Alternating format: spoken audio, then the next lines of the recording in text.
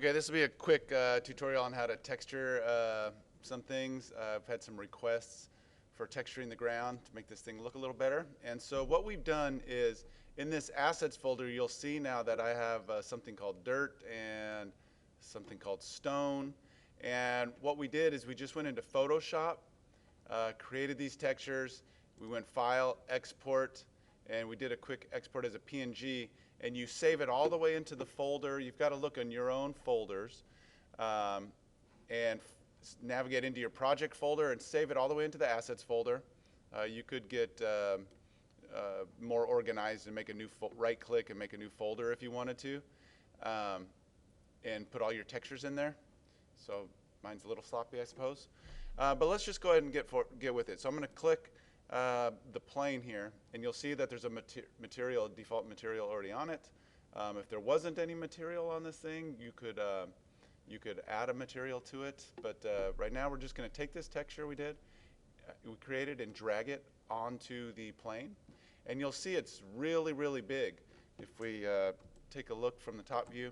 And so you have some options here. You can open up this shader and take the tiling and go ahead and let's set it at, like, say 10, or whoops, I think I'm doing it on the wrong part. This tiling up here.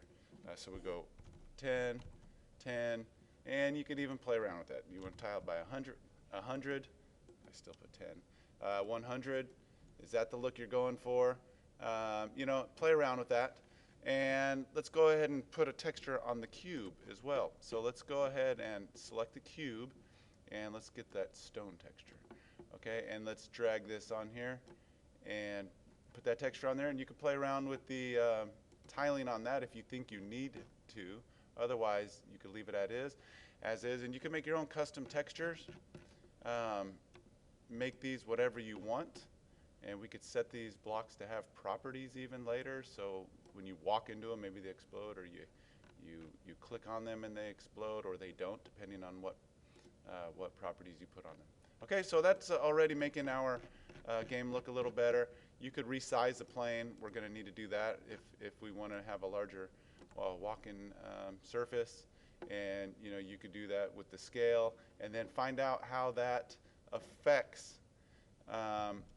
the tiling. Does the tiling need to be adjusted if you don't have these set to the right size that you want?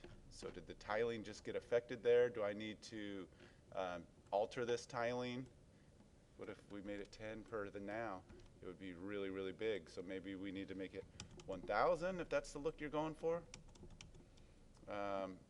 So play around with that. Have fun adding textures to your game, and make it look great. Okay, have fun.